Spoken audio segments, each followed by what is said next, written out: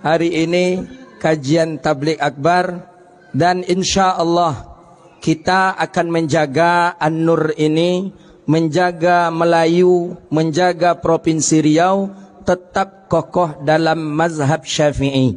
Kita undang ustadz-ustadz penceramah yang memang Syafi'i mazhabnya, Asy'ari akidahnya, dan dia orang Sufi. Jadi kalau ingin tahu seperti apa mazhabnya orang Riau, tengok mazhab yang diamalkan An-Nur, mazhabnya Syafi'i. Kalau ingin tahu apa akidahnya orang Melayu, tengok ustadz-ustadz yang kajian di Masjid Raya An-Nur.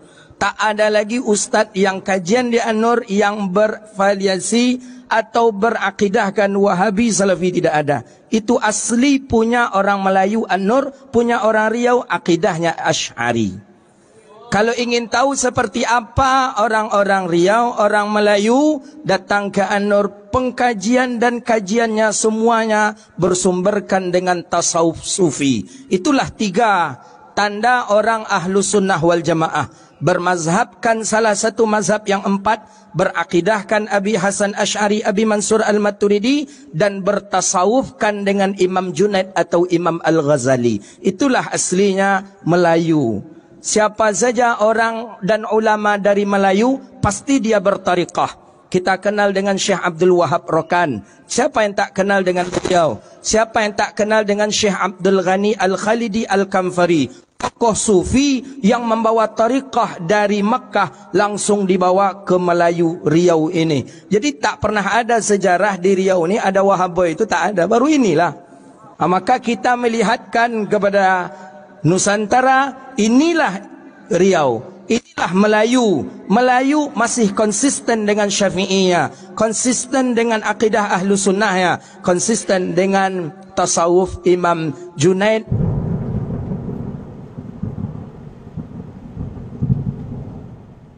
Ada sebagian pemikiran sufi yang berbahaya, ya, dan semuanya berada di balik label sufiyah, ya. Oleh karenanya kita perlu untuk mengenal apa itu sufiyah, bagaimana perkembangannya, mana yang bisa dimaknakan dengan makna yang baik, dan mana yang bisa dimaknakan dengan makna yang buruk, ya. Di antara buku yang bagus yang bahas tentang sufiyah ada 2 buku. Yang pertama yang saya anjurkan kepada para penuntut ilmu untuk membacanya adalah disertasi yang ditulis oleh Kiai Haji Said Aqil Siraj yang judulnya Silatullah bil Kaun atau Silatul Kaun billah fi tasawuf al-falsafi dirasatan wa naqdan, yaitu tentang hubungan Allah dengan alam semesta dalam perspektif pandangan tasawuf falsafah, tasawuf filsafat, ya, dirasah, yaitu mempelajarinya, dan juga naqdan, kritikan terhadap pemikiran ini. Ini adalah disertasi yang sangat baik ya menurut saya sudah baca juga, ya, Masya Allah, buku yang sangat bagus yang ditulis oleh Kiai Haji Said Aqil Siraj tentang tasawuf falsafi, ya, bagaimana keterkaitan sufiyah dengan filsafat Yunani dan yang lain. Demikian juga buku yang lain yang tulis baru-baru saja oleh Profesor Dr. Lutfullah bin Mulla Abdul Azim Khawjah, ya, judulnya Ta'rif Tasawuf Dirasatan Wasfiyah, ya. Ta'rif Tasawuf Dirasatan Wasfiyah. Ini buku juga komprehensif. Dia memandang sufi dari segala sisi. Adapun Kiai Haji Said Aqil Siraj, beliau memandang dari sisi sufiyah falsafiyah, sufi yang ahli filsafat, yang terpengaruh dengan filsafat. Tapi kita akan mukaddimah terlebih dahulu. Saya ulangi poin-poin yang tadi saya sampaikan, ya. Mukaddimah, ya. Pentingnya, urgensinya kita belajar, ya. Di antaranya, ikhwan, kenapa kita harus belajar, ya? Karena ada salah paham tentang sufiyah.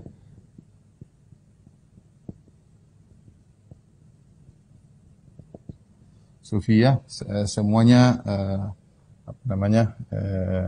dimaknai dengan konotasi, ya, Padahal ada juga yang dibawakan kepada makna yang baik sebagaimana dijelaskan oleh Ibnu Taimiyah rahimahullah dalam Majmu' Fatawa jilid 11 ya.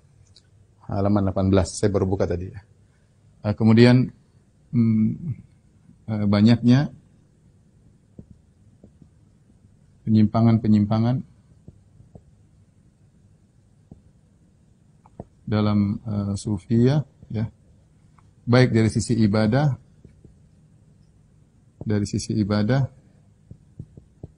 maupun dari sisi akidah. Ya. Ibadah yang diingatkan oleh para ulama seperti misalnya ibadah yang disertai tarian-tarian,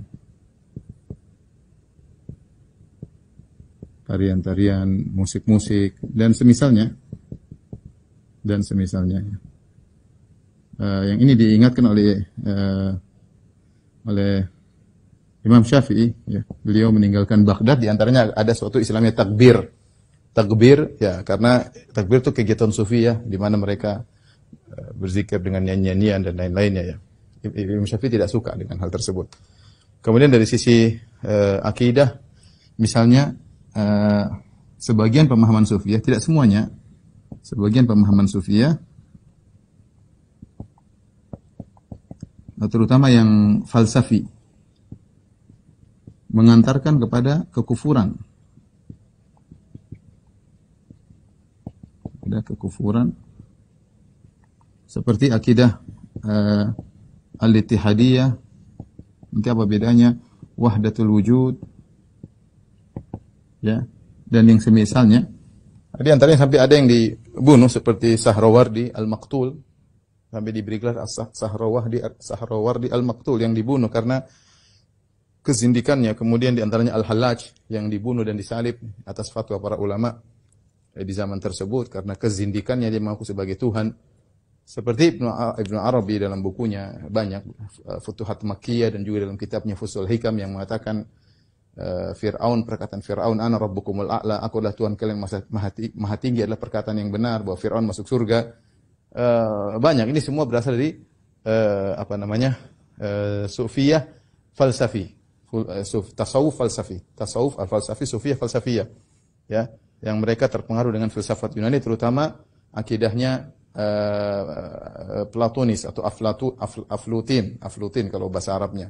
Bahasa ininya Platonis atau Aflutin, yang memiliki akidah al-faid. Al-faid ini sudah pernah kita bahas ketika kita bahas masalah filsafat, ya, karena ada kaitannya filsafat dengan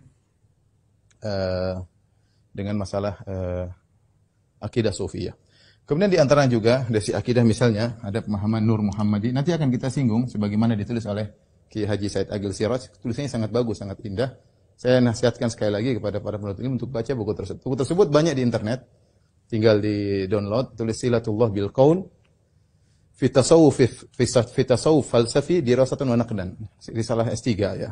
Insyaallah dapat 2 jilid, dibaca bermanfaat, tidak buang-buang waktu baca buku itu. Itu buku saya baca dengan menyenangkan, saya baca dengan senang, baca satu paragraf demi paragraf, tulisan yang sangat indah ya. Di mana beliau menulis dengan bagus, banyak menukil perkataan Syekhul Islam Ibnu Taimiyah, Ibnu Qayyim, membantah orang-orang sufiyah. Masya Allah ya, tulisan yang sangat luar biasa. Kemudian misalnya juga ada pemahaman misalnya pemahaman Nur Muhammad.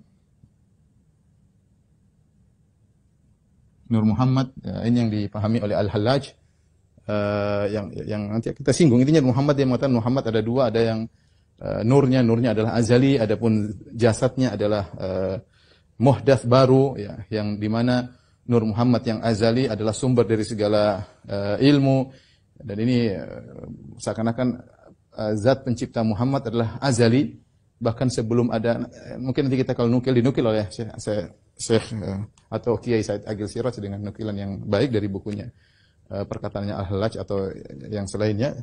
Dan ini pemahaman yang akhirnya mengantarkan kepada semua agama sama. Di antara filosofinya, karena semua ilmu bersumber dari Nur Muhammad. Semua ilmu bersumber dari Muhammad, di antaranya ilmu-ilmu tentang agama-agama yang ada. Mau Yahudi, mau Nasrani, mau Majusi, semuanya Islam sama saja, sehingga mengantarkan kepada persamaan semua agama. Dan ini juga tentu sangat berbahaya tentang Nur Muhammad. Kemudian juga apa namanya? Dari sisi lain